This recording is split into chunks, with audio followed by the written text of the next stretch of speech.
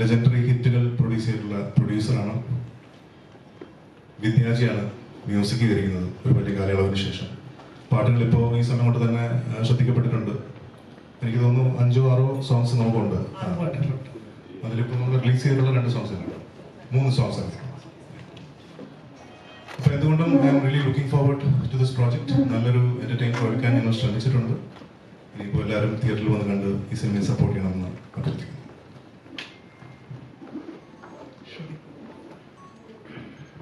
എല്ലാവർക്കും നമസ്കാരം. രണ്ടുപേരും പറഞ്ഞ മാതിരി തന്നെ മാരിവില്ലൻ ഗോപുരങ്ങൾ റിലേഷൻഷിപ്സിനെ കുറിച്ച് സംസാരിക്കുന്ന ഒരു സിനിമയാണ്. ഒരു സെലിബ്രേഷനാണ്, ഒരു ഫൺ ഫാമിലി എന്റർടൈനർ, ഒരു റൊമാൻസും കോമഡിയും എല്ലാം എക്സ്പ്ലോർ ചെയ്യുന്ന ഒരു സിനിമയാണ്. എനിക്ക് ഐ വാസ് വെരി എക്സൈറ്റഡ് ഈ സ്ക്രിപ്റ്റ് കേട്ടപ്പോൾ. കാരണം ഞാൻ ഇതുവരെയും ഹ്യൂമർ എന്ന് പറഞ്ഞൊരു ജോണർ എക്സ്പ്ലോർ ചെയ്തിട്ടില്ല. ഈ സിനിമയിൽ ഒരു ചെറിയ എക്സ്പ്ലോർ ചെയ്യാൻ പറ്റി. സോ അത് എനിക്ക് എക്സൈറ്റിംഗ് ആയിരുന്നു. ആൻഡ് ഓഫ് കോഴ്സ് അതിൻ്റെ ഈ ടീം, കോക്കേഴ്സ് മീഡിയ എന്ന ബാനർ, വിദ്യാസാഗർ ജിയുടെ മ്യൂസിക്, അപ്പോൾ അതൊക്കെ എനിക്ക് വളരെ എക്സൈറ്റിംഗ് ആയിട്ടുള്ള ഫാക്ടേഴ്സ് ആയിരുന്നു. എല്ലാ കുട്ടികൾക്ക് വളരെ എന്റർടൈനിങ് ആയിട്ടുള്ളൊരു വലിയ എലിമെന്റ് ഈ സിനിമയിലുണ്ട്. അതിലധികം വിഷ്വൽസ് ഒന്നും നമ്മൾ ഇതുവരെ ടീസറിലോ സോങ്സിലോ ഒന്നും പുറത്തുവിട്ടിട്ടില്ല. സോ എനിക്ക് 1-2 സ്നിപ്പറ്റ്സ് ഉണ്ട്. ഒരു entire segment of the film കുട്ടികൾക്ക് ഭയങ്കരമായിട്ട് ഇഷ്ടപ്പെടുന്ന ഒരു വലിയ പോർഷൻ സിനിമയിലുണ്ട്. ഒരു കോമിക് കാരിക്കേച്ചറിസ്റ്റ് പോർഷൻ സിനിമയിലുണ്ട്. അത് ഡെഫിനറ്റ്ലി വർക്ക് ആവും. കാരണം അങ്ങനെ ഒരു അറ്റംപ്റ്റ് അധികം മലയാള സിനിമയിൽ വന്നിട്ടില്ല. അപ്പോൾ അത് രസമായിരിക്കും എന്നാണ് ഞാൻ വിശ്വസിക്കുന്നത്. നമസ്കാരം. ഇവിടെ എത്തിച്ചേർന്ന എല്ലാവർക്കും നന്ദി. എനിക്ക് ഈ സിനിമയുടെ ഭാഗമാകാൻ പറ്റിയതിൽ ഭയങ്കര സന്തോഷമുണ്ട്. ഇവരെല്ലാവരും പറഞ്ഞ പോലെ ഒരു ഫൺ പാക്ഡ് എന്റർടൈൻമെന്റ് ഫിലിമാണ്. ഫാമിലിക്കും എല്ലാവർക്കും ഒരു ഏജ് ബാരിയറും ഇല്ലാതെ കാണാൻ പറ്റിയൊരു സിനിമയാണെന്നാണ് ഞാൻ വിശ്വസിക്കുന്നത്. ഞാൻ അഭിനയിച്ച സീൻസും ഡബ് ചെയ്തപ്പോൾ കണ്ട സിനിമയും പിന്നെ വായിച്ച സ്ക്രിപ്റ്റും വെച്ചിട്ട് എനിക്ക് ജെന്യുവൻലി ഭയങ്കര കോൺഫിഡൻസ് ഉണ്ട് ഈ സിനിമയിൽ. ആൾക്കാർക്ക് ഇഷ്ടപ്പെടുമെന്നും ആൾക്കാർക്ക് കണക്ട് ആവുന്ന സിനിമയായിരിക്കുന്നു. സോ ഹോപ്പ്ഫുള്ളി എല്ലാവരും പോയി സിനിമ കാണാൻ നല്ല സിനിമയായിരിക്കും എന്നാണ് എൻ്റെ വിശ്വാസം. അപ്പം എല്ലാവരും സപ്പോർട്ട് ചെയ്യാം. Thank you. ഹായ്, ഇതുവരെ എൻ്റെ കരിയറിലൊരു ഡിഫറെൻ്റ് ആയിട്ടുള്ളൊരു മൂവിയാണ് മാരിവില്ലൻ ഗോപുരങ്ങൾ. എൻ്റെ ക്യാരക്ടറും മീനാക്ഷി എന്ന് പറയുന്ന ക്യാരക്ടറും ഇതുവരെ ചെയ്തതിൽ നിന്നും ഭയങ്കരമായിട്ട് വ്യത്യാസമുള്ള ഔട്ട്ലുക്കും അതുപോലെ തന്നെ ക്യാരക്ടർ ആർക്കും അതുപോലെ ഹ്യൂമർ എനിക്ക് ഒത്തിരി ചെയ്യണമെന്ന് ആഗ്രഹിച്ചിരുന്ന സമയത്ത് ഒരു ത്രൂ ഔട്ട് ഒരു ഹ്യൂമർ ക്യാരക്ടറായിട്ട് ഒരു ഓപ്പർച്യൂണിറ്റി കിട്ടിയത് മാരിവില്ലൻ ഗോപുരങ്ങളിൽ നിന്നാണ്. ഒരുപാട് ഹോപ്പുണ്ട്. കാരണം അത്രയും ലൈറ്റ് ഹാർട്ടഡ് ആയിട്ടുള്ള ഒരു ബ്യൂട്ടിഫുൾ മൂവിയാണ്. പറഞ്ഞ പോലെ വശിഷ്, അതുപോലെ സുചേച്ചി, ഇന്ദ്രേട്ടൻ, സർജാനോ, ഇവരുടെ കൂടെയൊക്കെയുള്ളൊരു കോമ്പിനേഷൻസ് അടിപൊളിയായിരുന്നു. നല്ല ആർട്ട്, നല്ലൊരു എന്താ പറയുക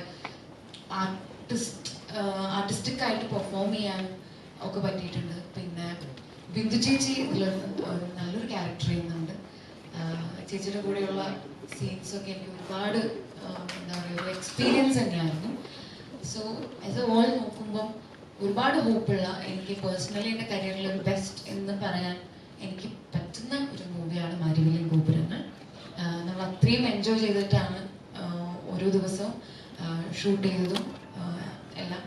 അപ്പം ആ എൻജോയ് ചെയ്ത ആ ഒരു ഹാപ്പി വൈബ് നിങ്ങളിലോട്ടും തിയേറ്ററിൽ ഒക്കെ നിങ്ങൾ കാണുമ്പം നിങ്ങളും അത് എൻജോയ് ചെയ്യും തന്നെയാണ് എൻ്റെ കോൺഫിഡൻസ്. സോ കാണും.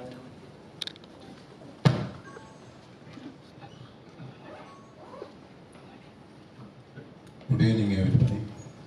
നമ്മൾ പല വേദികളിലും പല പ്രാവശ്യമായിട്ടും ഞാൻ പേഴ്സണലി കണ്ടുമുട്ടാറുള്ള ആൾക്കാരാണ് നിങ്ങളെല്ലാവരും. നിങ്ങൾ ഞങ്ങളെ ക്ഷണം സ്വീകരിച്ച വ്യക്തിയിൽ നന്ദി പറയുന്നു. ഇത് ആക്ച്വലി ഞങ്ങളൊരു ഫ്രണ്ട്സ് പ്രസ് മീറ്റാണ്. നമ്മളെല്ലാവരും ഒന്നായി നിന്നുള്ള ഒരു പ്രസ് മീറ്റാണ്. നിങ്ങൾ ഞങ്ങളെ സപ്പോർട്ട് ചെയ്യുന്നു, അല്ലെങ്കിൽ കോക്കേഴ്സ് ട്രഡീഷനെ സപ്പോർട്ട് ചെയ്യുന്നു എന്ന് വേണം കരുതുവാൻ. എന്ന് വെച്ച് കഴിഞ്ഞാൽ പലപ്പോഴും നമ്മളെല്ലാവരും അങ്ങോട്ടും ഇങ്ങോട്ടും സഹകരിച്ചാണ് കാര്യങ്ങൾ എന്നെ അല്ലെങ്കിൽ എൻ്റെ കമ്പനിയെ ഇതിൽ നിങ്ങൾ സപ്പോർട്ട് ചെയ്യുന്നുണ്ട് ഇതുവരെ. രണ്ടാമത്തെ കാര്യം, ഞാനിത് സെക്കൻഡ് ജനറേഷനിലേക്ക് ഫോക്കസ് ഫിലിംസ് കൊണ്ടുവരണം എന്നുള്ള ഒരു ആഗ്രഹം എനിക്ക് ഉദിച്ചപ്പോൾ ഞാൻ നേരത്തെ വേദിയിൽ പറഞ്ഞിട്ടുള്ള കാര്യം എൻ്റെ മൂത്ത മകളായ ഷെർമീൻ അതിൽ താല്പര്യം കാണിക്കുകയും അവർ ആദ്യമായിട്ട് കുറി എന്ന് പറയുന്ന ഒരു സിനിമ പ്രൊഡ്യൂസ് ചെയ്യുകയും അത് പ്രവീൺ എന്ന് പറഞ്ഞ ഡയറക്ടറായിരുന്നു അന്ന് ചെയ്തിരുന്നത്. അദ്ദേഹവും ഞങ്ങളുടെ ഈ പ്രോജക്റ്റിലാണെങ്കിൽ ഞങ്ങളുടെ കുടുംബത്തിലൊരംഗം എന്നുള്ള നിലയിൽ ഫോക്കസ് മീഡിയയിൽ പ്രവർത്തിക്കുന്നത്. എൻ്റെ ഒരു എക്സ്പീരിയൻസ് ആണ് ഞാൻ ഈ ഷൂട്ടിങ്ങിൽ ഷെയർ ചെയ്യുന്നത്. എന്ന് വെച്ച് കഴിഞ്ഞാൽ ഞാൻ ഗൈഡ് ആണ്, ഞാൻ ഗൈഡ് ചെയ്യുന്നുണ്ടെങ്കിലും എനിക്ക് ആക്ച്വലി ഞങ്ങൾ ഏറ്റവും വലിയ താങ്ക്ഫുൾ, ഞങ്ങൾ എല്ലാവരുടെയും കൂടെ മനസ്സിലൊരു താങ്ക്ഫുൾ ഒരു പറയുന്നത് മിസ്റ്റർ വിദ്യാജിയാണ്. ബിക്കോസ് അദ്ദേഹം ഇവിടെ വന്നിരുന്ന് കമ്പോസ് ചെയ്ത് ഞങ്ങളെല്ലാം സാറ്റിസ്ഫൈഡ് ആയതിനു ശേഷമാണ് ഇതിൻ്റെ ഓരോ സോങ്സും കൊണ്ടുവന്നത്. അതിൽ കണ്ടവാനം അതിൽ അതേമാതിരി തന്നെ നമ്മുടെ ലിറിസിസ്റ്റ് വിനായക ശശികുമാർ, അദ്ദേഹം നല്ല വരികൾ, ഞങ്ങൾ എല്ലാവരും മോഹൻ ചുണിക്കുന്നുണ്ടെങ്കിൽ അപ്പം തന്നെ വരികൾ മാറ്റുന്ന ഒരു പ്രകൃതത്തിലുള്ള, എനിക്ക് ഞാൻ പറയണെങ്കിൽ ഗിരീഷ് പുത്തഞ്ചേരിക്ക് ബദലായിട്ട്, ഒരിക്കലും ഗിരീഷ് പുത്തഞ്ചേരി ആകില്ല എന്ന് ഞാൻ പറയില്ല. എന്ന് വെച്ച് കഴിഞ്ഞാൽ ഗിരീഷ് പുത്തഞ്ചേരിയായിട്ട് വളരെയധികം വർക്ക് ചെയ്തിട്ടുള്ള ഒരു മനുഷ്യനാണ് ഞാൻ. അപ്പം വിദ്യാജി കോമ്പിനേഷനിൽ തന്നെ എനിക്ക് മൊത്തത്തിൽ ഈ സിനിമയിൽ പറയാനുള്ളതെന്ന് വെച്ച് കഴിഞ്ഞാൽ സമ്മർ ഇൻ ബത്ലേഹം എന്ന് പറയുന്ന എൻ്റെ പടത്തിനോട് ഇടപിടിക്കുന്ന വിധത്തിലുള്ള ഒരു സിനിമ മേക്കിങ്ങും എൻ്റെ മ്യൂസിക്കും അങ്ങനെ തന്നെയാണ്, അതിന് സംശയമില്ല. എല്ലാവരും തന്നെ എന്ന് വെച്ച് കഴിഞ്ഞാൽ ബിൻസി ആണെങ്കിലും ഇന്ദ്രജിത്ത് ആണെങ്കിലും ഷെർജാനും ആണെങ്കിലും ശ്രുതിയാണെങ്കിലും എല്ലാവരും ഞങ്ങളുടെ ആ സ്പിരിറ്റിനോട് ഒരുമിച്ച് നിന്നുകൊണ്ട് ഈ കഥാപാത്രങ്ങൾക്ക് എന്ത് ചെയ്യാൻ പറ്റുമെന്നുള്ള ഈ പടത്തിൽ പോവുകയാണ്. ഞങ്ങൾ എന്ത് മനസ്സിൽ കാണുന്നു ആ വിധത്തിൽ തന്നെ അതിൽ വരികയും അതേമാതിരി തന്നെ പിക്ചറൈസേഷൻ, ഞങ്ങളുടെ ക്യാമറമാൻ ഇവിടെ ഇല്ല, ശ്യാം, അദ്ദേഹത്തിന് വലിയ എക്സ്പീരിയൻസ് ഒന്നും അവകാശപ്പെടാനില്ലെങ്കിലും കുറെ പടങ്ങൾ വർക്ക് ചെയ്തിട്ടുണ്ട്. പക്ഷേ ബ്യൂട്ടിഫുൾ ഫോട്ടോഗ്രാഫി, വളരെ കളർഫുൾ ആയിട്ടുള്ള ഒരു ഫോട്ടോഗ്രാഫിയാണ് ഇതിലുള്ളത്. And thanks to our little boy Vasishth, because ഇതിൽ നേരത്തെ ഇന്ദ്രജിത്ത് സൂചിപ്പിച്ച മാതിരി തന്നെ കുട്ടികൾക്ക് വരെ എന്റർടൈൻമെന്റ് ഈ സിനിമയിലുണ്ട്. ബിക്കോസ് അദ്ദേഹം ഈ വസിഷ്ഠ് ചെയ്യുന്ന ഒരു കഥാപാത്രം ഷിൻജു എന്ന് പറയുന്ന നമ്മുടെ പൃഥ്വിരാജ് ഇന്ദ്രജിത്ത് ചെയ്യുന്ന ക്യാരക്ടറുമായിട്ടുള്ള കുറേ സീക്വൻസസ് ഉണ്ട്.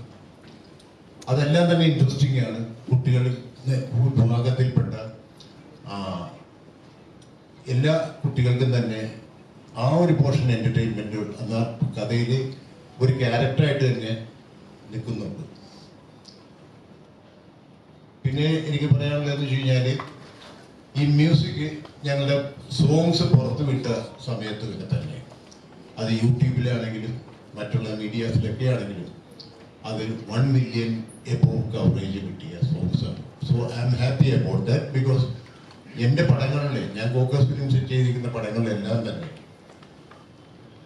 തീർച്ചയായിട്ടും സബ്ജക്റ്റുമായി തന്നെ അതിൻ്റെ മ്യൂസിക്കും വരാറുണ്ട്. പാട്ടുകൾ ഹിറ്റാവും, whether picture is success or not. എൻ്റെ പാട്ടുകൾ ഇന്നും ഇപ്പോൾ ട്രാൻസ്മിഷനിൽ വെച്ച് കഴിഞ്ഞാൽ ഒരു ദിവസം 2-3 പാട്ടെങ്കിലും ഞാൻ കേൾക്കാറുണ്ട്. So people likes that. അപ്പം അതേമാതിരി തന്നെയുള്ള ഒരു സോങ്സ് സിറ്റുവേഷൻസ് ആണ് ഇതിലുള്ളത്. അത് അവർ ആ പാട്ട് കേട്ടിട്ട്, ആ സോങ്സ് കേട്ടതിന് ശേഷം മനസ്സിൽ നിറച്ചതിന് ശേഷമാണ് ആ പാട്ട് സീക്വൻസസ് തന്നെ പിക്ചറൈസ് ചെയ്തിരിക്കുന്നത്. ആൻഡ് ഡെഫിനറ്റ്ലി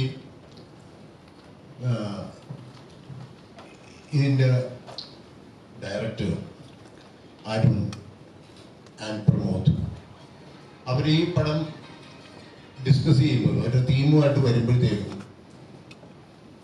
ഞങ്ങളോട് ഡിസ്കസ് ചെയ്ത് കഴിഞ്ഞപ്പോഴത്തേക്കും ഞാൻ പറഞ്ഞ ഒരു സജഷനാണ്, ഹ്യൂമർ എലിമെന്റ് നമുക്ക് ഇതിൽ മിസ് ചെയ്യാൻ പറ്റില്ല.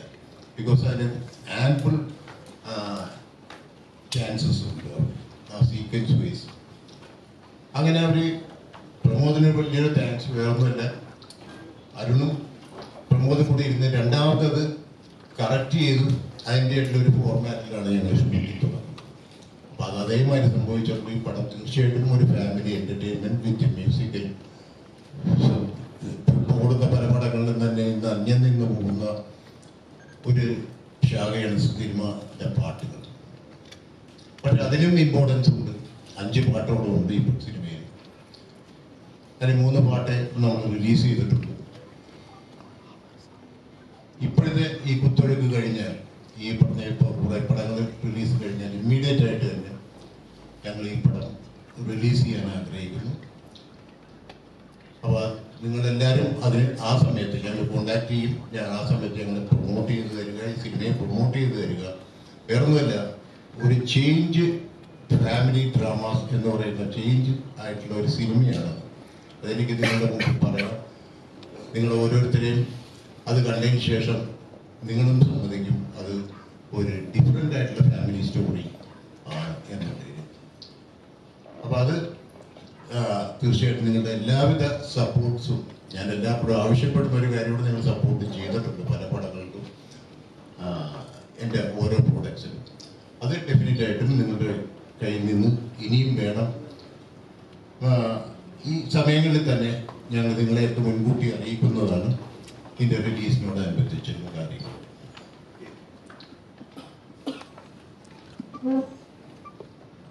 Good evening. ആക്ച്വലി ഇന്ന് ഞങ്ങളുടെ ക്ഷണം സ്വീകരിച്ച് ഇവിടെ വന്ന എല്ലാവർക്കും I am very thankful that you are all here. Actually ഈ ഒരു സിനിമ എന്ന് പറയുന്നത് ഡെഫിനറ്റ്ലി ഒരു എന്താ പറയുക, ഒരു ടീം കൊണ്ടുവരുന്ന ഒരു ഈ പറഞ്ഞ ഒരു നമുക്ക് ഈ സിനിമ എന്താണെന്നുള്ളത് ശരിക്കും ഇതിൻ്റെ പുറകിൽ പ്രവർത്തിച്ച എല്ലാവരുടെയും ഒരു എഫേർട്ട് എന്നുള്ള ഒരു രീതിയിൽ തന്നെ കാണാൻ പറ്റും. ബിക്കോസ് ഇവിടെ എല്ലാവരും സിനിമ ഉണ്ടാക്കുന്ന സമയത്ത് എൻജോയ് ചെയ്ത് അല്ലെങ്കിൽ ആ ഒരു ഹാപ്പിനെസ്സിലൂടെയാണ് ഈ ഒരു പ്രോഡക്റ്റിന്റെ ഫൈനൽ ഒരു ഔട്ട്കം വന്നേക്കുന്നത്. സോ പ്രോബബ്ലി നിങ്ങൾ തിയേറ്ററിൽ കാണുമ്പോൾ ഡെഫിനറ്റ്ലി ആ ഒരു എക്സ്പീരിയൻസ് നിങ്ങൾക്ക് സിനിമയിലും ഫീൽ ചെയ്യാൻ പറ്റും. So it's basically a team effort, and I'm thankful to all the characters who actually have like put in their maximum effort to this. Thank you.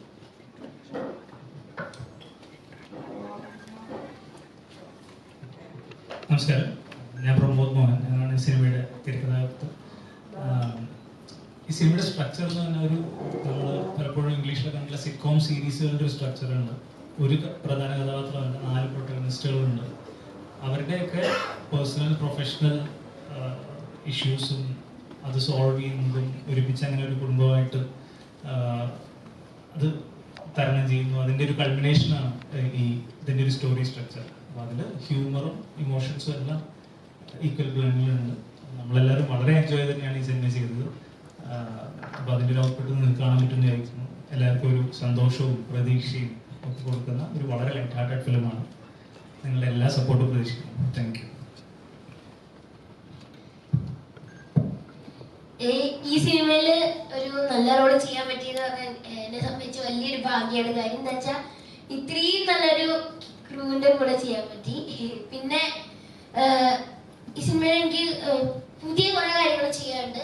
സ്റ്റണ്ടൊക്കെ ഉണ്ട്, പിന്നെ ഡാൻസും ഉണ്ട്.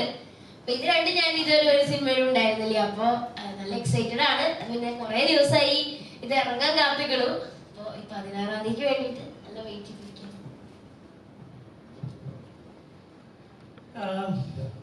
നേരത്തെ പറഞ്ഞ പോലെ സിനിമ ഒരു വളരെ ഒരു കൊളാബറേറ്റീവ് എഫേർട്ട്, കൊളാബറേറ്റീവ് ജേർണിയാണ്. അപ്പോൾ ഇത് നമ്മളെല്ലാവരും as A team, more than A team, as A family ആദ്യം മുതലേ. ഇപ്പം കോക്കസിൽ ഞാൻ ആദ്യമായിട്ട് ആക്ച്വലി എൻ്റെ തിരക്കഥാകൃത്ത് പ്രമോദും ഞാനും ഈ സബ്ജക്റ്റ് റെഡിയായിട്ട് ആദ്യം കോക്കസിൽ ചെല്ലുന്ന ആക്ടേഴ്സിന്റെ ഡേറ്റ് ആയിട്ടല്ല ഞാൻ പറയാറുണ്ട്. ഇവരുടെ ആരുടെയും ഡേറ്റ് കൊണ്ടല്ല ചെല്ലുന്നത്. ഫോക്കസ് ആയിട്ട് സംസാരിക്കുന്നത് നമ്മുടെ സബ്ജക്റ്റാണ്. ഇങ്ങനെയൊരു കോണ്ടന്റ് ആണ്, ഇതാണ് ഞങ്ങൾ ഉദ്ദേശിക്കുന്ന സിനിമ.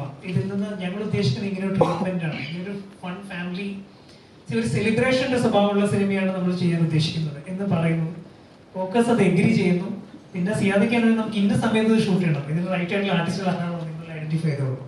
അതിനുശേഷമാണ് ഇന്ദിരേട്ടനെ കാണുന്നതും ശ്രുതിയെ കാണുന്നതും സർജാനെ കാണുന്നതും. ഇവരാണ് ഇതിന്റെ റൈറ്റ് കാസ്റ്റിംഗ്, പെർഫെക്റ്റ് കാസ്റ്റിംഗ് ആണ്.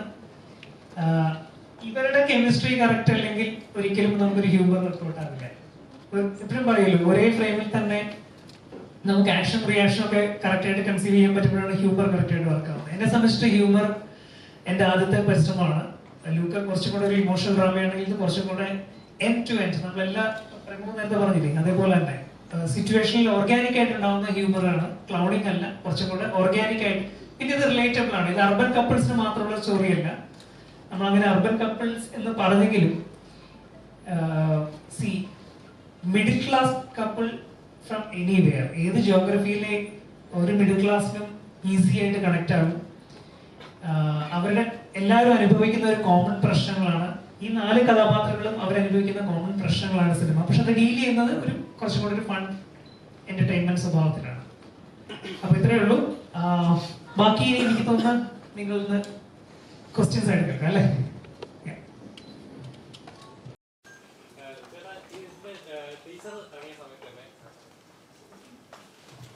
അങ്ങനെ പ്രശ്നമൊക്കെ മനസ്സിലാവും. ഇത് 2 തരം ഫാമിലി, 2 ജനറേഷൻ ടൈപ്പ്, അങ്ങനത്തെ ഒരു ഫാമിലി ഫീൽ ചെയ്യുന്നത്. കാരണം ഇപ്പോഴത്തെ ജനറേഷൻ ചിന്തിക്കുന്ന രീതിയുണ്ട്, പഴയ ജനറേഷൻ ചിന്തിക്കുന്ന ഒരു ട്രാക്കും ഉണ്ട്. ഇതിലല്ല വിശ്വസിക്കുന്നു കുറച്ചുകൂടെ. അല്ല, അങ്ങനെ ഒരു വിശ്വാസമായിട്ടില്ല. ഇതിനകത്ത് നമ്മളങ്ങനെ ജഡ്ജ്മെന്റലായിട്ടൊന്നും പറഞ്ഞു വെച്ചിട്ടില്ല. ഇപ്പൊ നമ്മുടെ സമൂഹത്തിൽ നമ്മുടെ ചുറ്റും തന്നെ പലതരം ആൾക്കാരുണ്ട്, പലതരം റിലേഷൻഷിപ്സ് ഉണ്ട്. ഹസ്ബൻഡ് ആൻഡ് വൈഫ് റിലേഷൻഷിപ്പ് ആണെങ്കിൽ തന്നെ നമ്മൾ ഓരോ കപ്പിൾസിനെ എടുത്താൽ അവരുടെയൊക്കെ കഥകൾ ഓരോന്നാണ്. അപ്പൊ നമ്മൾ ഒന്നിനെയും അങ്ങനെ ഇതാണ് ശരി, എല്ലാവരുടെയും ശരിയും തെറ്റും വളരെ സബ്ജക്റ്റീവാണ്. ഒരാൾക്ക് ശരിയെന്ന് തോന്നുന്നത് മറ്റൊരാൾക്ക് ശരിയാവണമെന്നില്ല. ഓരോരുത്തർക്ക് അവരവരുടേതായ ജീവിത സാഹചര്യങ്ങൾ, അവർ വളർന്നു വന്ന രീതി, അവർ പഠിച്ചിട്ടുള്ള കാര്യങ്ങൾ, അങ്ങനെ ഓരോരുത്തർക്ക് ഓരോ കഥകളാണ്. അപ്പൊ അങ്ങനെയുള്ള ഡിഫറെന്റ് ആയിട്ടുള്ള ആൾക്കാരുടെ കഥകളാണ് അതിൽ പറയുന്ന ഡിഫറെന്റ് ആയിട്ടുള്ള റിലേഷൻഷിപ്സ്. നമ്മൾ അതിനൊന്നും ജഡ്ജ്മെന്റലായിട്ട് ഇതാണ് ശരി അല്ലെങ്കിൽ ഇങ്ങനെ ആയിരിക്കണം, അങ്ങനെ ഒരു പർട്ടിക്കുലർ ഒരു മെസ്സേജ് കൊടുക്കാനോ അല്ലെങ്കിൽ ഇങ്ങനെ ആയിരിക്കണം കപ്പിൾസ് എന്ന് പറഞ്ഞു കൊടുക്കാനോ ഒന്നും ഒരു ഫോഴ്സ്ഫുൾ ശ്രമം നടത്തിയിട്ടില്ല. അത് സിനിമയുടെ ഭാഗമായിട്ട്, എന്റർടൈൻമെന്റിന്റെ ഭാഗമായിട്ട് നമ്മൾ പറഞ്ഞു പോയിട്ടുണ്ട്. നീരജ് എന്ന സിനിമയ്ക്ക് ശേഷം ചെയ്യുന്നത് അങ്ങനെ ഒരു അത്ര ബോൾഡായിട്ടൊരു കഥാപാത്രം ചെയ്യുന്നതിന് ശേഷം കാണുന്ന ഇതാണ്. എന്താണ് ഈ കഥാപാത്രത്തെ കണ്ട ഒരു പ്രത്യേകത എന്താണ്? എനിക്ക് ഐ തിങ്ക് ഇതിന്റെ സ്ക്രിപ്റ്റ് ആൻഡ് ടീം. നമ്മൾ നേരത്തെ പറഞ്ഞ മാതിരി തന്നെ ഒരു ഫൺ ലൈറ്റ് ഹാർട്ടഡ് എന്റർടൈനർ ആണ്. എനിക്ക് പൊതുവെ റൊമാൻസ് ആൻഡ് കോമഡി എന്ന് പറഞ്ഞ ജോണർ ഭയങ്കര ഇഷ്ടമുള്ള ഒരാളാണ്. റൊമാൻസ് ഹാൻഡിൽ ചെയ്യാൻ പെർഫോം ചെയ്യാൻ ഭയങ്കര ഇഷ്ടമാണ്. ഹ്യൂമർ ഇതുവരെയ്ക്കും ട്രൈ ചെയ്തിട്ടില്ല. അല്ലെങ്കിൽ ഹ്യൂമർ എന്ന് പറഞ്ഞ ജോണറിൽ ആ ഒരു സീനിന്റെ ഒരു ഭാഗമാക്കാൻ അങ്ങനെ I don't think I got അത്രയും ഓപ്പർച്യൂണിറ്റീസ്. പക്ഷെ ഈ ഒരു സിനിമ ഇങ്ങനത്തെ ഒരു ജോണർ, ഈ സിനിമ പറയുന്ന കുറെ കാര്യങ്ങൾ ഐ ഫീൽ ലൈക്ക് എനിക്ക് റെസൊനേറ്റ് ചെയ്യാൻ പറ്റിയിട്ടുണ്ട്. അതുകൊണ്ട് തന്നെ എക്സ്പെക്ട് ചെയ്തു. ലൂക്ക വലിയൊരു ഹിറ്റ് ആയിരുന്നു. അതിപ്പോ ഒരു മ്യൂസിക്കൽ ഇമോഷണൽ ആയാലും ശരി, പെർഫോമൻസ് ആയാലും ശരി, സ്റ്റോറി വൈസ് ശരി, വളരെയധികം കുറെ ചേഞ്ചസ് ഉണ്ട്. നല്ലൊരു ഫിലിം ആയിരുന്നത്. അതിൽ നിന്ന് മാരിവില്യം ഗോപുരങ്ങൾ ഒരു ഫൺ എന്റർടൈനിങ് അല്ലെങ്കിൽ ഫാമിലി റിലേറ്റഡ് സിനിമയാണ്. എന്തുകൊണ്ടാണ് അങ്ങനെ ഒരു ജോണർ എടുക്കാൻ കാരണം? ആസ് എ ഫിലിം മേക്കർ എനിക്ക് എല്ലാത്തരം ജോണറുകളും ഇഷ്ടമാണ്. ഇതിൽ കോമൺ ആയിട്ട് പ്രോപ്പർലി ഉള്ള ഒരു ഘടകം റിലേഷൻഷിപ്പ് ഡ്രാമാസ്, റിലേഷൻഷിപ്പ് സ്റ്റോറീസ് എനിക്ക് വളരെ ഇഷ്ടമാണ്. പ്രോപ്പർലി ഞാൻ എല്ലാത്തരം സിനിമകളെയും കാണുമെങ്കിലും നമ്മൾ ഇംഗ്ലീഷ് ഫിലിംസ് എടുക്കുകയാണെങ്കിൽ ബിഫോർ സൺസെറ്റ് സീരീസ് അല്ലെങ്കിൽ ബ്ലൂ വാലന്റൈൻ, ഇപ്പൊ മലയാളത്തിൽ തന്നെ പത്മരാജന്റെ സിനിമകൾ, ഭരതന്റെ സിനിമകൾ റിലേഷൻഷിപ്പിലാണ് ഇതിൽ. അത് ഏറ്റവും റിസ്കി ആയിട്ടുള്ള ഫിലിം മേക്കിംഗ് കൂടെയാണ്. ഇമോഷൻസ് കറക്റ്റ് ആയില്ലെങ്കിൽ ഒരിക്കലും ഇങ്ങനത്തെ സിനിമകൾ വർക്ക് ആവില്ല. ഫോർ ലൂക്ക കുറച്ച് ബ്രേവ് ആയിട്ട് ചെയ്തൊരു സിനിമയാണ്. കാരണം അങ്ങനത്തെ ഒരു ട്രാജിക്കൽ എൻഡ്, തുടക്കവും ട്രാജിക്കൽ എൻഡും, പക്ഷെ അതിലൂടെ നമ്മൾ പറഞ്ഞു വെക്കുന്നത് വളരെ ഇന്റൻസ് ആയിട്ടുള്ള റൊമാൻസ് ആണ്. അതിന്റെ ഒരു ത്രില്ലർ സ്വഭാവത്തിലൂടെ മുന്നോട്ട് പോകുന്നതാണ് കുറച്ചും കൂടെ നമുക്ക് ആ ക്യൂരിയോസിറ്റി ബിൽഡ് ചെയ്യാൻ പറ്റും. പിന്നെ അത് 2 സീസൺസ് ആണ്. സമ്മർ സമയത്ത് നടക്കുന്ന ടൊവിനോയുടെ ഹാനയുടെയും കഥാപാത്രങ്ങളുടെ പ്രണയം, ഫോളോഡ് ബൈ മഴക്കാലത്തുള്ള നംനെസ്സിലും ശരിക്കും പറഞ്ഞാൽ ഒരു മരവിപ്പിലും മടുപ്പിലും ഉള്ള ഒരു പോലീസുകാരന്റെ പ്രണയം. ഇത് പാരലൽ സ്റ്റോറീസ് ആണ്. ഇതിൽ വളരെ വ്യത്യസ്തമായിട്ടുള്ള ഒരു ജോണറയാണ് മാരിവില്യം ഗോപുരങ്ങൾ. നേരത്തെ പറഞ്ഞല്ലോ, ഞാൻ ഒരു ജോണറിൽ സ്റ്റിക്ക് ചെയ്യാൻ ആഗ്രഹിക്കുന്നില്ല. ചിലപ്പോൾ ഇത് കഴിഞ്ഞ് ചെയ്യാൻ പോകുന്ന മറ്റൊരു ജോണറിലുള്ള സിനിമയായിരിക്കാം. എങ്കിലും human issues, human emotions, especially couple stories, ആണും പെണ്ണും എന്നുള്ള പ്രഹേളികയിൽ എന്താണ് വളരെ ഉള്ളത്?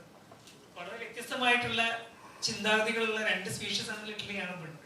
അവരെത്രയോ കാലങ്ങളായിട്ട് കപ്പിൾസ് ആയിട്ട്, ഐ മീൻ ഒരു കൂരയ്ക്കുള്ളിൽ അവർ ജീവിക്കുന്നു. അതിൽ ഏറ്റവും വലിയ മിസ്റ്ററി എന്താണെന്ന് നിങ്ങൾക്ക് എല്ലാവർക്കും പ്രണയങ്ങളുണ്ടാവും, ഭാര്യമാരുണ്ടാവും, ഭാര്യമാരെന്നല്ല, ഓരോരുത്തർക്കും അവരുടെ പാർട്ട്നേഴ്സ് ഉണ്ടാവും.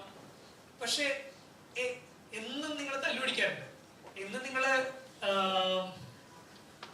ഒരുമിക്കാറുണ്ട്.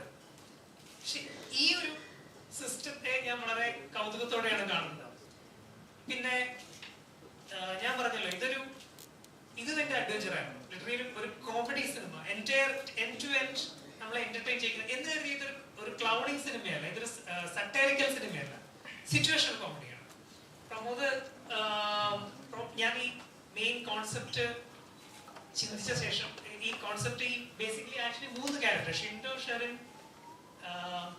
മീനാക്ഷി, റോണിയായിരുന്നു നമ്മൾ കുറച്ചുകൂടെ ഡെവലപ്ഡ് ആവേണ്ടിയിരുന്ന കഥാപാത്രം. ഈ 3 കഥാപാത്രങ്ങളിൽ ആർക്കും ഒരു ബേസ് ഇതും ആയിട്ടാണ് ഞാൻ പ്രമോദിനെ മീറ്റ് ചെയ്തത്. പ്രമോദ് കുറച്ചും കൂടെ ഇങ്ങനത്തെ ജോണർ കൈകാര്യം ചെയ്യാൻ പറ്റുന്നൊരു തിരക്കഥാകൃത്താണെന്ന് അറിയാം. മറ്റൊരു സുഹൃത്തുക്കളുമാണ്, ഞങ്ങൾ ഒരു സിനിമയിൽ തന്നെ മറ്റൊരു ആർട്ടിസ്റ്റ് സുഹൃത്തു വഴിയാണ് ഞാൻ പ്രമോദിനെ പരിചയപ്പെടുന്നത്. അന്ന് പ്രമോദുമായി ഡിസ്കസ് ചെയ്ത് പിന്നെ ഏതാണ്ട് കൊറോണയുടെ സെക്കൻഡ് ഫേസ് ഏതാണ്ട് 1 വർഷത്തോളം ഈ സ്ക്രിപ്റ്റിൽ നമ്മൾ ഇരുന്നിട്ടുണ്ട്. അങ്ങനെ ഇവോൾവ് ചെയ്യുന്ന ഒരു സ്ക്രിപ്റ്റാണ്. അപ്പൊ ഇതിൽ ഞാൻ അപ്രോച്ച് ചെയ്യുന്നത് ഉദ്ദേശിക്കുന്നത് തന്നെ നമ്മൾ ഇംഗ്ലീഷിൽ ഫ്രണ്ട് സീരീസ് കാണുന്നുണ്ടല്ലോ, ഓരോ സിറ്റുവേഷനിൽ ജനറേറ്റ് ചെയ്യുന്ന കോമഡി എന്നൊരു സ്കിറ്റ് സ്വഭാവമുള്ള സിനിമയാണ്. ഞാൻ പ്രത്യേകം എടുത്തു പറയുകയാണ്, ഒരു സിനിമാറ്റിക് അറ്റ്മോസ്ഫിയർ നമ്മൾ ക്രിയേറ്റ് ചെയ്തിട്ടുണ്ട് സിനിമയ്ക്ക്. സിനിമ ഒരു യൂണിവേഴ്സ് ആണ്. ഇവരുടെ യൂണിവേഴ്സിലേക്ക് ഞാൻ നിങ്ങളെ ക്ഷണിക്കുകയാണ്, പ്രേക്ഷകരെ ക്ഷണിക്കുകയാണ്. റോണിയുടെയും ഷിൻഡോയുടെയും ഷെറിന്റെയും മീനാക്ഷിയുടെയും ലോകത്തിലേക്ക് ഒരു 2 മണിക്കൂർ നിങ്ങൾക്ക് ആസ്വദിച്ചിരിക്കാൻ പറ്റിയ ഇവന്റെ കൂടെ അസിസ്റ്റന്റിന്റെ കൂടെ വളരെ എൻജോയബിൾ ആയ ഒരു ജേർണി ആയിരിക്കും, എക്സ്പീരിയൻസ് ആയിരിക്കും ഈ സിനിമ.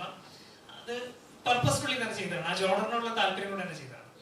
അതായത് റിലേഷൻഷിപ്പിന് കുറച്ചുകൂടെ വല്ല, ഇപ്പൊ ലൂക്കയിലായാലും ശരി, അവർ രണ്ടുപേരും റിലേഷൻഷിപ്പ് അത് വളരെയധികം യൂണീക്ക് ആയിട്ട് ഫീൽ ചെയ്തു. അതിൽ ഒരു നോർമൽ കണ്ടുവരുന്ന ഒരു റൊമാൻറ്റിക് ഫീൽ, അങ്ങനെ ഒരു ട്രാക്കല്ല ഫീൽ ചെയ്തത്. ഇതിലും അങ്ങനത്തെ ഒരു ഫീലിംഗ് തന്നെ ആദ്യമേ തന്നെ ടീച്ചറിൽ എന്തോ. ഞാൻ പ്രത്യേകം പറയാം, ഞാൻ പേഴ്സണലി വെറുതെയുള്ള പൈങ്കിളി റൊമാൻസുകളിൽ അത്ര താല്പര്യം എനിക്കില്ല.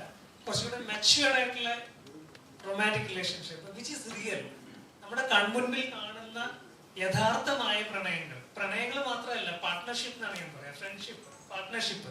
ഇപ്പൊ ഷിൻഡോയുടെയും ഷെറിന്റെയും ഇക്വേഷൻസ് ടോട്ടലി ഡിഫറെന്റ് ആണ് റോണിയുടെയും മീനാക്ഷിയുടെ ഇക്വേഷൻ. ഇവര് ചിന്തിക്കുന്നതിൽ നിന്ന് കുറച്ച് വളരെ വ്യത്യസ്തമായിട്ടാണ് അവരുടെ ചിന്താഗതി. ഇങ്ങനെയുള്ള ഇവരുടെ ഈ പാർട്ട്ണർഷിപ്പ്, ഫ്രണ്ട്ഷിപ്പ്, റൊമാൻസ്, ഇത് കുറച്ചുകൂടെ മെച്യൂർഡ് ആയിട്ടുള്ള ഒരു പാർട്ട്ണർഷിപ്പാണ്. എനിക്ക് അങ്ങനത്തെ ഒരു അപ്രോച്ചാണ് കൂടുതൽ ഇഷ്ടം. അത്രയാണ്. എന്തുകൊണ്ടാണ് മാരുവില്യം ഗോപുരങ്ങൾ അങ്ങനെ ഒരു ടൈറ്റിൽ വരുമ്പോൾ തന്നെ നമുക്ക് ഒരൊറ്റ പാട്ടേ വേണ്ടി വരുത്തുള്ളൂ, ആ സമയം പാട്ട് അങ്ങനെ ഒരു ടൈറ്റിൽ മലപ്പുറം ഇട്ടാണോ അതോ സിറ്റുവേഷനായിട്ട് കഥയുടെ റിലേറ്റ് ചെയ്ത് അങ്ങനെ വന്നു പോയോ? തിരക്കഥയിൽ നിന്ന് നമ്മൾ ഉദ്ദേശിച്ചത് തന്നെ ഒരു സെലിബ്രേഷൻ, ആഘോഷമാണ്. ഒരു മാരിവില്ല എന്ന് പറയുമ്പോൾ നമ്മളെ ഏറ്റവും സന്തോഷിപ്പിക്കുന്ന ഒരു സിംബലാണ്. പിന്നെ കോക്കേഴ്സിന്റെ പ്രൊഡക്ഷനിൽ വരുന്നതും സിയാദിക്കായിട്ട് സംസാരിക്കുന്നതും പിന്നെ വിദ്യാജീതിന്റെ കമ്പോണന്റ് ആയിട്ട് വരുന്നതും. അപ്പോഴാണ് ഞങ്ങൾ ഒരുമിച്ചിരുന്ന് ഒരു ചർച്ചയിൽ ചിന്തിച്ചു, ഓക്കെ, മാരിവില്ല് പോലെ സന്തോഷിപ്പിക്കുന്ന ഒരു സംഭവം വേറെ ഇല്ല. പിന്നെ ഇവർ ഈ 4 പേരും വസിഷ്ഠും ഒക്കെ ശരിക്കും ഇറ്റലി പല കളേഴ്സ് പോലെയാണ് ഈ സിനിമയുടെ. ഈ പല കളേഴ്സ് ചേർന്നിട്ടുണ്ടാകുന്ന ഒരു വലിയ മാരിവില്ലാണ്.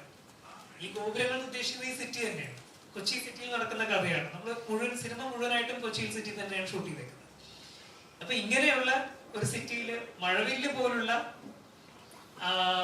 ആഘോഷഭരിതമായ ഒരു സിംബൽ ഈ വ്യത്യസ്തമായിട്ടുള്ള കളേഴ്സ് ചേർന്ന് വരുമ്പോഴാണ് ഉണ്ടാകുന്നത്. അത്രയും അതുകൊണ്ട് മീൻ ചെയ്തോളൂ. അത് ആ ഒരു പ്ലഷറിന് വേണ്ടി ചെയ്ത സിനിമ. രാസ്തയ്ക്ക് ശേഷം വരുന്നൊരു ചിത്രമാണ്. അന്ന് രാസ്തയുടെ സമയത്ത് പറയുന്നുണ്ടായിരുന്നു, എനിക്ക് അതേപോലത്തെ ഒരു സർവൈവിങ് അല്ലെങ്കിൽ അത്രയും കുറച്ചുകൂടെ ബോൾഡ് ആയിട്ടുള്ള അല്ലെങ്കിൽ അത്രയും ചെയ്യുന്ന ഒരു കഥാപാത്രം, അതുപോലെ കഥാപാത്രങ്ങൾ ചെയ്യാനായിട്ട് ഇച്ചിരി താല്പര്യം തോന്നിയാണ്. ഈ സിനിമ കുറച്ചുകൂടെ ഹ്യൂമറാണ്. എങ്ങനെ ഉണ്ടായിരുന്നു ഇങ്ങനത്തെ ഒരു കഥാപാത്രം ചെയ്യുന്ന സമയത്ത്? ഇതിൽ ഞാനൊരു ഷെഫായിട്ടാണ് എൻ്റെ ക്യാരക്ടർ വരുന്നത്. ഈ സിനിമയുടെ മൊത്തത്തിലുള്ളൊരു സ്വഭാവം ഹ്യൂമറാണ്. എനിക്ക് ഇതൊരു പുതിയ എക്സ്പീരിയൻസ് ആണ്. ഞാൻ ഇതുവരെ അങ്ങനത്തെ ഒരു സിനിമയുടെ ഭാഗമായിട്ടില്ല. ബെൻസിനോട് അഭിനയിക്കുമ്പം എനിക്ക് ഭയങ്കര എളുപ്പമായിരുന്നു. മോസ്റ്റ്ലി ഞങ്ങള് പെയറിങ് ആയതുകൊണ്ട് വിൻസി കുറച്ചുകൂടെ ഹ്യൂമർ നന്നായിട്ട് ഹാൻഡിൽ ചെയ്യാൻ അറിയുന്നൊരു ആക്ട്രസ് ആണെന്നാണ് ഞാൻ വിശ്വസിക്കുന്നത്. അപ്പം എന്നെ അത് ഭയങ്കരമായിട്ട് ഹെൽപ്പ് ചെയ്തിട്ടുണ്ട്. കാരണം നമുക്ക് റിയാക്ട് ചെയ്യാൻ കുറച്ചും കൂടി എളുപ്പമാണ്. ഞങ്ങൾ നല്ല സിങ്ക് ആയിരുന്നു അഭിനയിക്കുമ്പോൾ, അതെല്ലാവരായിട്ടും എനിക്കുണ്ടായിരുന്നു. അപ്പൊ മൊത്തത്തില് ഇങ്ങനെയുള്ള ക്യാരക്ടർ കിട്ടിയത് തന്നെ ഭയങ്കര സന്തോഷമാണ്. ഇവരോട് വർക്ക് ചെയ്യാൻ പറ്റിയതിലും ഇവർ രണ്ടുപേരും ഇവരുടെ കൂടെ വർക്ക് ചെയ്യുന്നത് എനിക്ക് ഭയങ്കര ആഗ്രഹം ഉണ്ടായിരുന്നു. അപ്പം അതും സാധിച്ചു. നേരത്തെ പറഞ്ഞ പോലെ ഭയങ്കര പ്രതീക്ഷയുണ്ട് ഈ സിനിമയിൽ. മൊത്തം സിനിമ ഷൂട്ടിംഗ് തുടങ്ങിയ തൊട്ട് ഇന്ന് വരെ നമുക്കൊരു സിനിമ ചെയ്യുമ്പോൾ അതിൻ്റെ ഒരു എനർജി ഉണ്ടാവുമല്ലോ. എനിക്ക് കിട്ടിയ എനർജിയിൽ നിന്ന് ഞാൻ ഭയങ്കരമായിട്ട് പ്രതീക്ഷിക്കുന്നുണ്ട് ഈ സിനിമ. സർജാനു എങ്ങനത്തെ റിലേഷൻഷിപ്പാണ് കൂടുതൽ വിശ്വസിക്കുന്നത്? ഒരു മാരേജ് കമ്മിറ്റഡ് അങ്ങനത്തെ ഒരു റിലേഷൻഷിപ്പ് ആണോ, അതോ പോലെ ഇപ്പോഴത്തെ ജനറേഷൻ ആ സിനിമയിലെ കഥാപാത്രം അതുപോലത്തെ ഒരു ഇതാണ്? അപ്പോൾ ഏത് ടൈപ്പ് റിലേഷൻഷിപ്പാണ് കൂടുതൽ വിശ്വസിക്കുന്നത് സർജാനു? എനിക്ക് എല്ലാ റിലേഷൻഷിപ്സും എങ്ങനെയാണെങ്കിലും ഒരാളുടെ മറ്റൊരാളെ റെസ്പെക്ട് ചെയ്തുകൊണ്ടുള്ള ഏത് റിലേഷൻഷിപ്പും ഞാൻ റെസ്പെക്ട് ചെയ്യുന്നുണ്ട്. അതിപ്പം മാരീഡ് ആണെങ്കിലും അൺമാരീഡ് ആണെങ്കിലും, അപ്പം കാഷ്വൽ റിലേഷൻഷിപ്പ് ആണെങ്കിലും അല്ലെങ്കിലും I think it's all the same. എല്ലാവരും റെസ്പെക്ട് ചെയ്യുക, ലിവ് ഇൻ ലെറ്റ് ലിവ്. നമ്മളിപ്പം എല്ലാ ഇന്റർവ്യൂസിലും പറയുന്ന ഒരു കാര്യമാണ് നമ്മുടെ പടത്തിന്റെ ഒരു മെയിൻ പരിപാടി, live in let live. Career നല്ല രീതിയിൽ, അതായത് ഓരോ സിനിമകൾ ചെയ്യുമ്പോഴും ഓരോ കഥാപാത്രം ഒന്നും സമയം വരാതെ ലെവലായിട്ട് ആ ഗ്രാഫ് ഇങ്ങനെ കീപ്പ് ചെയ്ത് പോകുന്നുണ്ട്. ഇപ്പൊ ഫേസ് ഓഫ് ദ ഫേസ് അല്ല അവർ ഇതുവരെ കണ്ടിട്ടില്ലാത്ത ഒരു കഥാപാത്രം ഇങ്ങനെ ഒരാൾ ചെയ്തോ, ഈ വ്യക്തിയാണോ ഇത് ചെയ്തത് എന്നൊരു ചർച്ച വരെ ഉണ്ടായിരുന്നു. അത് ഓസ്കാർ ലെവലിലൊക്കെ പോയി, അത് വേറൊരു ഇതിലാണ്. അപ്പം ഈ സിനിമയിലെ ഈ കഥാപാത്രം ഇതുവരെ ചെയ്തിട്ടുള്ള ഹ്യൂമർ ആയിട്ടൊരു കഥാപാത്രമാണ് ചെയ്യണമെന്ന് ആഗ്രഹിച്ചൊരു കഥാപാത്രം എന്ന് പറയുന്നത് എന്തുകൊണ്ടാണ്? ഹ്യൂമർ ഞാൻ നായിക എന്നൊക്കെ പറഞ്ഞ റിയാലിറ്റി ഷോ എന്ന് പറഞ്ഞ ഒരാളാണ്. അപ്പൊ അതിൽ ഏറ്റവും കൂടുതൽ ആൾക്കാരെ തിരിച്ചറിയുന്നത് കോമഡി കൈകാര്യം ചെയ്യാൻ പറ്റും, അതിനുള്ള കാപ്പബിലിറ്റി ഉണ്ട് എന്നുള്ള രീതിയിലാണ്.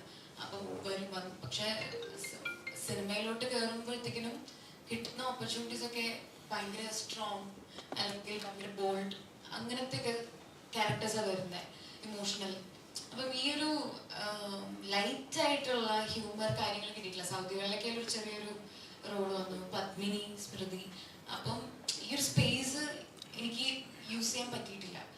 അപ്പം ഇതില് മുഴുനീള ആ ഒരു ഹ്യൂമറിന് വേണ്ടി ഹ്യൂമർ ചെയ്യുന്ന ഒരു ക്യാരക്ടർ അല്ല, പക്ഷെ സിറ്റുവേഷനലി ആ ഒരു ഹ്യൂമർ കൈകാര്യം ചെയ്യുന്ന ഒരു ക്യാരക്ടറാണ്.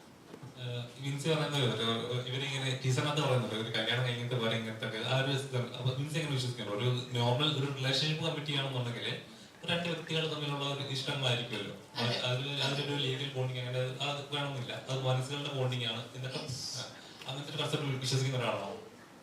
ഇപ്പം ഇതില് ഞാൻ പറഞ്ഞില്ലേ, നമ്മൾ റെപ്രസെന്റ് ചെയ്യുന്ന ന്യൂജൻ ആൾക്കാരെ റെപ്രസെന്റ് ചെയ്യുന്ന ക്യാരക്ടർ പോലെയാണ്. ഞാൻ അങ്ങനെയല്ല ഈ ക്യാരക്ടറിനെ കൺസീവ് ചെയ്തിട്ടുള്ളത്. അതായത് ഇപ്പം അവരുടെ ചോയ്സുകളാണ്. ഇപ്പം ഇവർക്ക് കല്യാണം കഴിക്കാൻ കുട്ടികൾ വേണ്ട, നിങ്ങൾക്ക് കുട്ടികളാണ് കല്യാണം കഴിക്കേണ്ട എന്ന് പറയുന്നിടത്ത് അവരുടെ വ്യൂ പോയിന്റ്സ് കാണിക്കുന്നതല്ല. നമ്മൾ ഇപ്പോഴത്തെ ന്യൂജൻ ആൾക്കാരെ റെപ്രസെന്റ് ചെയ്യുന്നു എന്നല്ല മൂവിയിൽ നമ്മൾ കാണിക്കുന്നത്. പേഴ്സണൽ ലൈഫിൽ ഓൾസോ നമുക്കിപ്പം എനിക്ക് തോന്നുന്നില്ല, ഇപ്പം എനിക്ക് മാരേജ് ആണ് ആഗ്രഹം എന്നുണ്ടെങ്കിൽ ചിലപ്പോൾ കുറച്ച് ആഫ്റ്റർ 2 years അത് മാറാം. സോ ഇപ്പോൾ ഞാൻ തീരുമാനങ്ങളോ എനിക്ക് ഇന്ന കോൺസെപ്റ്റോ ഒന്നുമില്ല. So let it be. എൻ്റെ പാർട്ട്ണർ കൂടി വരട്ടെ, പാർട്ട്ണറിൻ്റെയും കൂടി ഇതിൽ ചിലപ്പോൾ നമുക്ക് മാരേജ് ആയിരിക്കും ഓക്കെ ആവുക, ചിലപ്പോൾ മാരേജ് ഓക്കെ ആവില്ല. ചേട്ടാ ഓരോ കഥാപാത്രം ഇപ്പൊ ഞങ്ങളിപ്പോ മലയാള സമയത്ത് ഇപ്പൊ ചേട്ടന്റെ സിനിമകളായാലും ശരി വളരെ ചൂസ് ചെയ്ത് ഒരുപാട് സിനിമകൾ ചെയ്യുക എന്നുള്ളതല്ല, സിനിമകൾ ചെയ്യുന്നത് പ്രേക്ഷകരുടെ ഉള്ളിൽ നിൽക്കണം, അല്ലെ ആ കഥാപാത്രം നിൽക്കുക എന്നുള്ളതൊക്കെ ഓരോ ആർട്ടിസ്റ്റിന്റെയും ഡ്രീം അല്ലെങ്കിൽ ഒരു ലക്ഷ്യം എന്ന് പറയുന്നത്.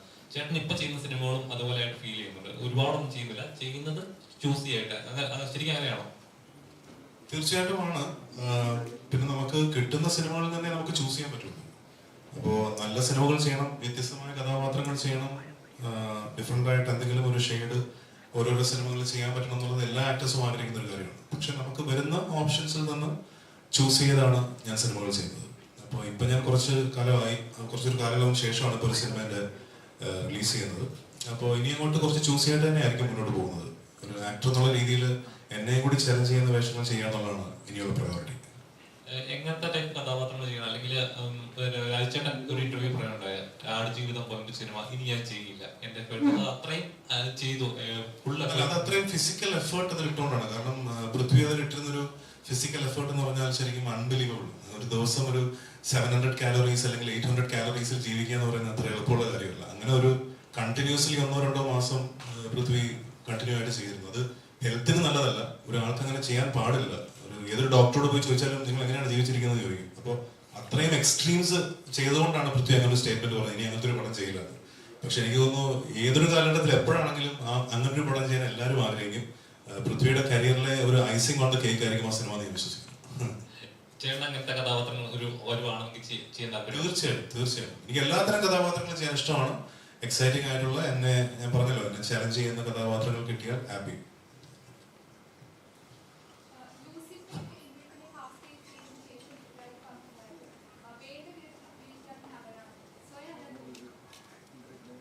അതിപ്പോ അതിന് ഞാനല്ലല്ലോ ഉത്തരം പറയേണ്ടത്.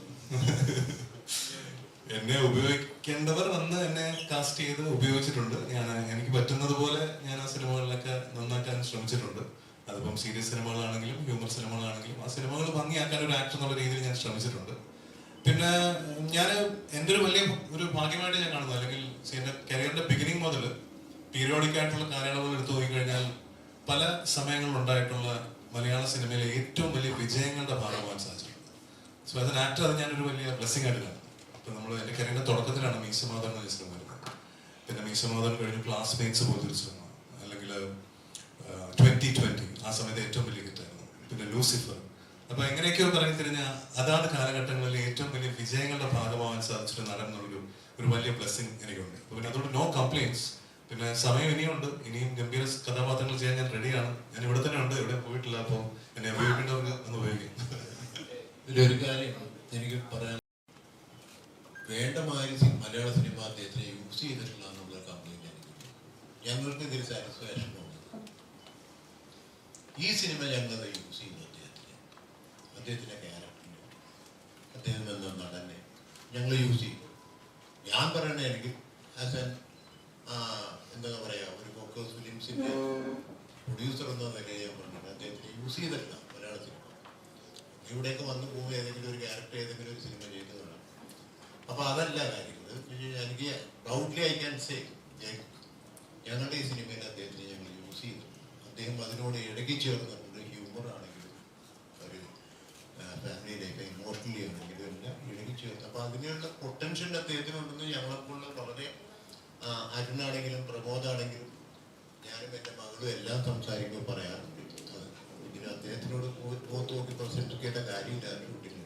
പക്ഷെ ഞങ്ങൾക്കറിയാം, എനിക്ക് എൻ്റെ എക്സ്പീരിയൻസിൽ എനിക്കറിയാം. അറ്റ് സെയിം ടൈം രണ്ട് വാക്ക് ഇതിലും എനിക്ക് അഡീഷണൽ ആയിട്ട് പറയാനുള്ളത്, ഞങ്ങളുടെ ക്ഷണം സ്വീകരിച്ച് വന്ന സലീം കുമാർ വളരെ ഒരു ദിവസത്തെ വർക്ക് ഉണ്ടായിരുന്നു. പക്ഷെ ഞാൻ വിളിച്ച് ഞങ്ങൾക്ക് ഇതിൽ സൂട്ടാവുന്ന ഒരാളെ വേണം എന്ന് പറഞ്ഞ് ഞങ്ങൾ ചിന്തിച്ച വലിയ ഒരാളാണ് സലീം കുമാർ. വളരെ കോണ്ടന്റ് അനുസരിച്ചിട്ട് അതിൽ ഡെഫിനറ്റ് ആയിട്ടും അദ്ദേഹത്തിൻ്റെ ഒരു ക്യാരക്ടർ അതിൽ എസ്റ്റാബ്ലിഷ് ചെയ്ത് പോകുന്നുണ്ട്. രണ്ടാമത്തെ ജോണി ആന്റണി, പഴയ ഒരു ഡയറക്ടറും എൻ്റെ ഒരു കൂട്ടുകാരനൊക്കെ ആയിരുന്ന അദ്ദേഹത്തിനോട് വസിഷ്ഠനുമായിട്ടുള്ള കോമ്പിനേഷനിൽ ഞാൻ കുറച്ച് ജെയിംസ് വേണം എന്ന് പറയുമ്പോൾ തന്നെ ആ ക്യാരക്ടർ പറഞ്ഞു കൊടുത്തപ്പോൾ അദ്ദേഹം ഞങ്ങളോട് സഹകരിച്ചു. ഒരു ചെറിയ ഷോട്ടിലാണെങ്കിലും രഘുനാഥ് പലേരി ഞങ്ങളോട് സഹകരിച്ചു. അപ്പൊ അങ്ങനെ ഒരു കൂട്ടായ്മയുടെ അത് അവർക്ക് താങ്ക്സ് പറയുന്നുണ്ട്. എന്ന് വെച്ച് കഴിഞ്ഞാൽ അതൊരു വേദിയിൽ പറയാതെ ഡെഫിനറ്റ്ലി സായി കുമാർ അദ്ദേഹം ചെയ്യുന്നുണ്ട് ഒരു ചെറിയ റോള്. അപ്പൊ ഇങ്ങനെ ഒരു സ്റ്റാർട്ടഡ് ആണോ എന്ന് ചോദിച്ചാൽ അല്ല, പക്ഷേ സ്റ്റാർട്ടഡ് ആണ്. അതാണ് ഈ സിനിമ. പക്ഷെ എല്ലാവരും അതിൻ്റെ സ്പിരിറ്റിൽ ഉൾക്കൊണ്ടുള്ള ഒരു സിനിമയായിരുന്നു. ഞാൻ അവർ ചോദിച്ച ചോദ്യത്തിന് പൃഥ്വിരാജിനും ഇന്ദ്രജിത്തിനെ ഉദ്ദേശിച്ചിട്ട് പറഞ്ഞ ഒരു ക്വസ്റ്റ്യനുള്ള ഒരു ആൻസറും കൂടിയാണ് ഞാൻ ആദ്യം പറഞ്ഞത്. ഞാനിപ്പോഴും പറയുന്നു, അദ്ദേഹത്തിനെ വേണ്ട വിധം യൂസ് ചെയ്തിട്ടില്ല മലയാള സിനിമ. ബേസിക്കലി ഇന്ദ്രാജിനെ ശരിക്കും ലൈക്ക് ഞങ്ങൾ ഡിസ്കസ് ചെയ്യുമ്പോൾ പലപ്പോഴും പറഞ്ഞിട്ടുള്ളൊരു കാര്യം, ഏറ്റവും കൂടുതൽ നമുക്ക് ഇന്ദ്രാജിനെ കാണാൻ ആഗ്രഹിക്കുന്നത് ഏറ്റവും കൂടുതൽ ഇന്ദ്രാജിനെ കാണാൻ ആഗ്രഹിക്കുന്നത് ലൈക്ക് ബേസിക്കലി ഐ തിങ്ക് ഇന്ദ്രാജിന് also likes doing such kind of roles. എനിക്ക് തോന്നുന്നു like he's basically a very happy person. അല്ലെങ്കിൽ ഈ പറയുന്ന പോലെ കുറച്ച് ഹാപ്പിയായി കുറച്ച് ഫൺ ഹ്യൂമർ ഒക്കെ ചെയ്യാൻ വളരെ അധികം വളരെ നാച്ചുറൽ ആയിട്ട് ചെയ്യുന്ന ഒരാളാണ്. So I think Marivel is going to be എന്താ പറയുക, ഇന്ദ്രാജിന്റെ ഒരു ന്യൂ പോർട്രയൽ എന്ന് വേണമെങ്കിൽ നമുക്ക് പറയാൻ പറ്റുന്ന ഒരു മൂവിയായിരിക്കും. എനിക്ക് തോന്നുന്നു പ്രേക്ഷകർക്ക് ഏറ്റവും ഇന്ദ്രേട്ടനെ കാണാൻ ആഗ്രഹമുള്ളത് നമ്മൾ കൊടുക്കുന്ന ഒരു മൂവിയായിരിക്കും മരിവല്ല.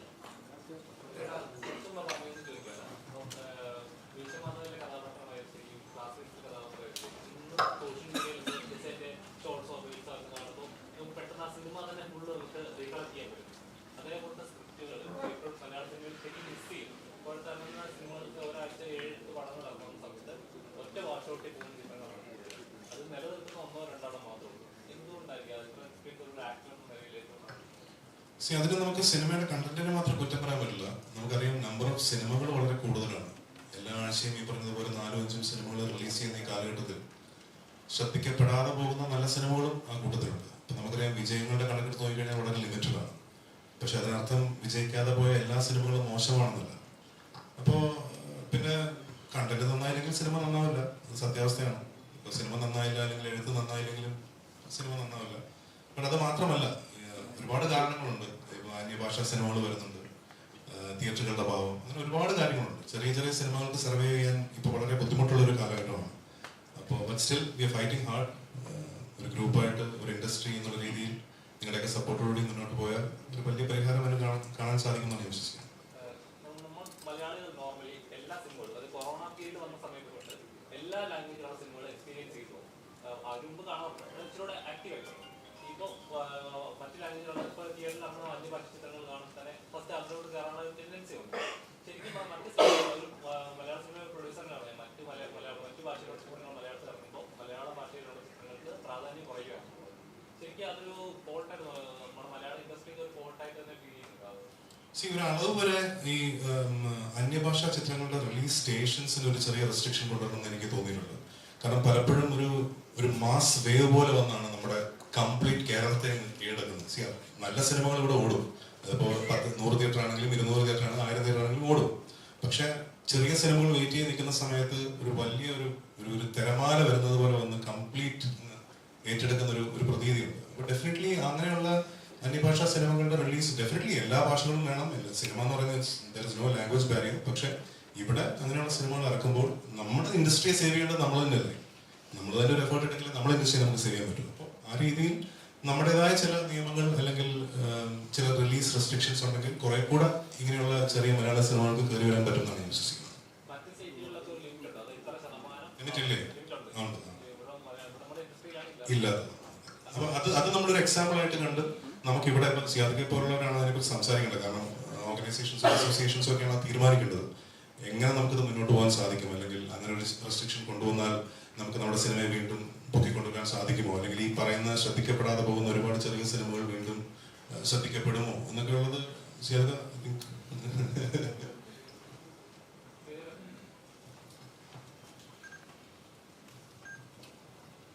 ഞാനിതിനൊരു വ്യക്തമായിട്ടുള്ള ഒരു ആൻസർ ചെയ്യാൻ തരാനുള്ള ഞങ്ങളുടെ വേദി എന്ന് പറയുന്നത്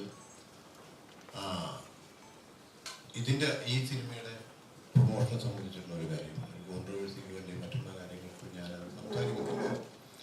പക്ഷേ ഈ ഇപ്പം ഇന്ദ്രൻ പറഞ്ഞ മാതിരി നമുക്ക് ചില റെസ്ട്രിക്ഷൻസ് വേണം, ഉണ്ടായേ പറ്റൂ. അതിലുപരിയായിട്ട് ഒരു കാര്യം പറയാനുള്ളതെന്ന് വെച്ച് കഴിഞ്ഞാൽ ഞങ്ങൾ ഈ ക്യാരക്ടറിൽ ഈ സിനിമയുടെ നരേഷൻ ഇൻസിൻ്റെ അടുത്ത് സംസാരിച്ചതിന് ശേഷം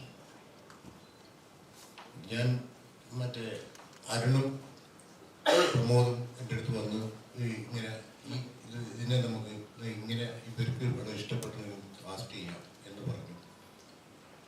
ആ പറഞ്ഞ സമയത്ത് തന്നെ എനിക്ക് ഓർമ്മ വന്നത് ചെറിയ സിനിമയെ പറ്റിയ രേഖ എന്ന് പറഞ്ഞ ഒരു പടം. അത് ഞാൻ കണ്ടിരുന്നു.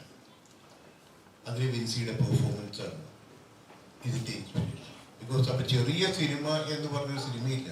സിനിമ ഓടുമ്പോഴത്തേക്കും അത് വലിയ സിനിമയായി മാറുന്നു. പക്ഷെ ഇന്ദ്രൻ പറഞ്ഞ മാതിരി ഈ റെസ്ട്രിക്ഷൻ എന്ന് പറയുന്നത് ഒരിക്കലും ആർക്കും സിനിമ എടുക്കാൻ പാടില്ല എന്നുള്ളതല്ല. പക്ഷെ ഞാൻ കണ്ടുവരുന്നത് ഇപ്പോൾ ഇതിൻ്റെ ഒരു അതായത് ഇപ്പം ഡിജിറ്റലൈസേഷൻ വന്നുകൂടി ആർക്കും സിനിമ എടുക്കാം എന്നുള്ളൊരു പ്രവണത നിലവിലുണ്ട്. പക്ഷെ അതിൻ്റെ കോണ്ടന്റോ അല്ലെങ്കിൽ അതിലുള്ള കാസ്റ്റിങ്ങോ കാര്യങ്ങളോ ചിലപ്പോൾ ഡയറക്ടർ മെയിൻ ആർട്ടിസ്റ്റായിട്ട് വരുന്നു, ഒരു നായകൻ ആയിട്ട് വരുന്നു, വേറൊരു പെൺകുട്ടി ഒന്നും അറിയാൻ പാടാത്ത ഒരു പെൺകുട്ടി, ഒരു ഇതുവരെ ഒരു ട്രെയിനിങ്ങോ അല്ലെങ്കിൽ മറ്റുള്ള കാര്യങ്ങളോ ഇല്ലാത്ത ഒരാളെ ഹീറോയിനാക്കുന്നു.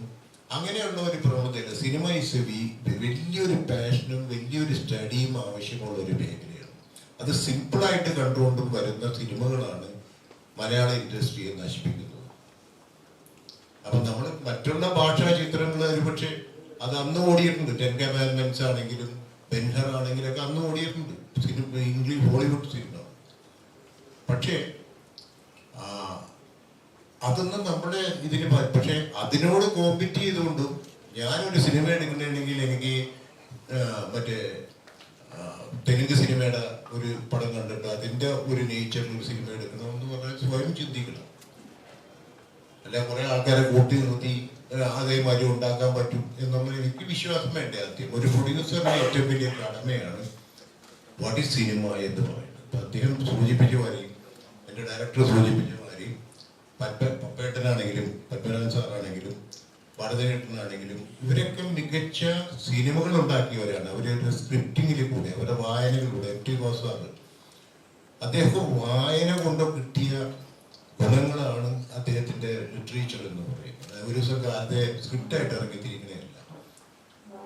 ഞാനിത് പറയാൻ കാരണം ഒരു പൊതുവേദിയിൽ ഇത് പറയേണ്ട കാര്യം ഉണ്ടോ എന്ന് ചോദിച്ചാൽ ഈ വേദിയിൽ ആവശ്യമില്ല. പക്ഷെ പലരും കഥ പറയാനായിട്ട് വരാറുണ്ട്. അത് വരുമ്പോഴത്തേക്കും നമ്മൾ കേൾക്കുന്ന കഥ ഒട്ടും വിശ്വസനീയമല്ല. എന്ന് വെച്ച് കഴിഞ്ഞാൽ എനിക്ക് എൻ്റെ അഭിപ്രായത്തിൽ നിങ്ങൾ മീഡിയാസ് എന്നുള്ള കുറച്ച് ആൾക്കാരെ ഞങ്ങൾ സെലക്ട് ചെയ്തിട്ട് നിങ്ങളെ ഏൽപ്പിക്കുക കഥ കേട്ടിട്ട് എങ്ങനെ സിനിമ അവരുടെ ആ സിനിമയെ പ്രൊഡ്യൂസ് ചെയ്യണം വേണ്ടതെന്ന് നിങ്ങളുടെ സജഷനോട് കൂടിയ, എന്നാൽ മാത്രമേ നിങ്ങൾക്ക് ഞാൻ പറഞ്ഞതിൻ്റെ പൊരുൾ മനസ്സിലാവുള്ളൂ. എന്തായാലും എനിക്ക് ആക്ച്വലി എംപുരാന്റെ ഷൂട്ടിംഗ് അടുത്ത ആഴ്ച തുടങ്ങുകയാണ്. US-ലാണ്. അപ്പോൾ അതിന്റെ നാളെ എംബസിയിൽ അപ്പോയിന്റ്മെന്റ് 7:30 എൻ്റെ ഫ്ലൈറ്റ്. അപ്പോൾ പ്ലീസ് എക്സ്ക്യൂസ് മീ, എനിക്ക് നേരെ ഇവിടെ നിന്ന് പോവാണ്. അത് പറയണോ? എല്ലാ വിധത്തിലും മലയാളത്തിലെ ഏറ്റവും വലിയ സിനിമയായിരിക്കും എംപുരാൻ. അത് കാസ്റ്റ് വൈസ് അല്ലെങ്കിൽ number of locations wise, budget wise, എല്ലാ രീതിയിലും. ഓൾറെഡി ഇപ്പോൾ 2 ഷെഡ്യൂൾ കഴിഞ്ഞു. ഇന്ത്യയിൽ ഒരു ഷെഡ്യൂൾ കഴിഞ്ഞു, UK-യിൽ ഒരെണ്ണം കഴിഞ്ഞു. അടുത്ത ഷെഡ്യൂൾ US-ൽ തുടങ്ങുകയാണ് അടുത്ത ആഴ്ച. അപ്പോൾ അവിടെയാണ് ഗോവർദ്ധൻ ജോയിൻ ചെയ്യുന്നത്. അപ്പോൾ സത്യാന്വേഷണം നടത്തി ഗോവർദ്ധൻ പുതിയ സത്യങ്ങൾ തേടി അമേരിക്കയിൽ എത്തിയിരിക്കുകയാണ്. Thank you very much everybody. Thank you. അത് ഉടനെ ഇല്ല, തീർച്ചയായിട്ടും അതിന്റെ സമയമാകുമ്പോൾ ഞാൻ തന്നെ ഇതുപോലൊരു പ്രസ് മീറ്റ് വിളിച്ചു കൂട്ടി എല്ലാവരും അറിയിക്കുന്നതായിരിക്കും.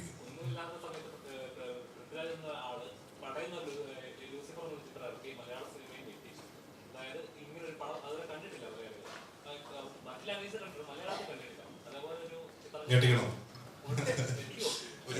നോക്കട്ടെ, ഞെട്ടിക്കാൻ ശ്രമിക്കാം. Okay, thank you.